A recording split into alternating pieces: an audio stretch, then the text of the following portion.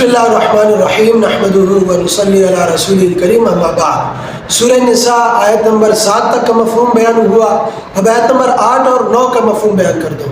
اعوذ باللہ من الشیطان الرجیم، بسم اللہ الرحمن الرحیم۔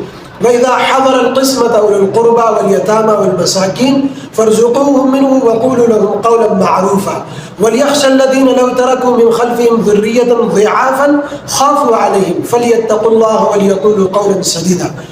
ان آیت میں اللہ رب العزت نے فرمایا وراثت کی تقسیم کے وقت وہ رشتہ دار جو وارث نہیں ہے وہ آ جائے، یا یتیم غریب مسکین آ جائے اور وہ کچھ مطالبہ کرے، کچھ مانگے، یا مولوی چندہ کرنے آ جائے، تو اس وقت بخل سے کام مت لو، بلکہ عاقل اور بالغ جو ورثاء ہیں وہ آپس کی رضامندی سے اس وراثت میں سے کچھ حصہ انہیں دے دو۔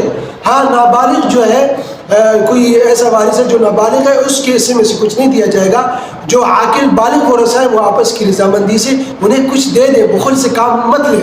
حضرت ابن عباس رضی اللہ عنہما فرماتے ہیں کہ لوگ 3 آیتوں میں عمل کرنے میں سستی سے کام لیتے ہیں۔ ایک یہی آیت کہ وراثت کی تقسیم کے وقت غریب مسکین یتیم رشتہ دار مولوی آ جائے تو نہیں دیتے، کیونکہ مستحب عمل ہے، واجب نہیں ہے، اس لیے عمل نہیں کرتے۔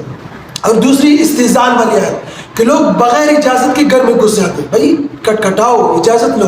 اور تیسری وَجَعَلْنَاكُمْ شُعُوبًا وَقَبَائِلَ لِتَعَارَفُوا، یہ والی آیت ہے کہ اللہ تعالیٰ نے انسانوں کو جو خاندانوں میں، قوموں میں، قبیلوں میں تقسیم کیا ہے وہ محض تعارف کے لیے، لیکن لوگوں نے اس کو ذلت اور عزت کا مسئلہ بنا دیا۔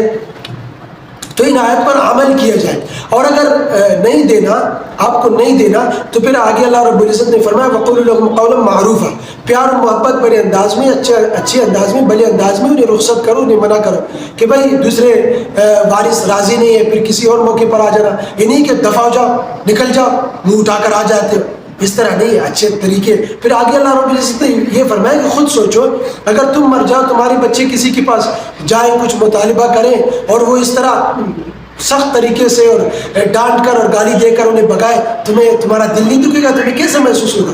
تو اسی طرح دوسرے کے متعلق بھی ایسے سوچو، دوسروں کا دل بھی مت توڑو۔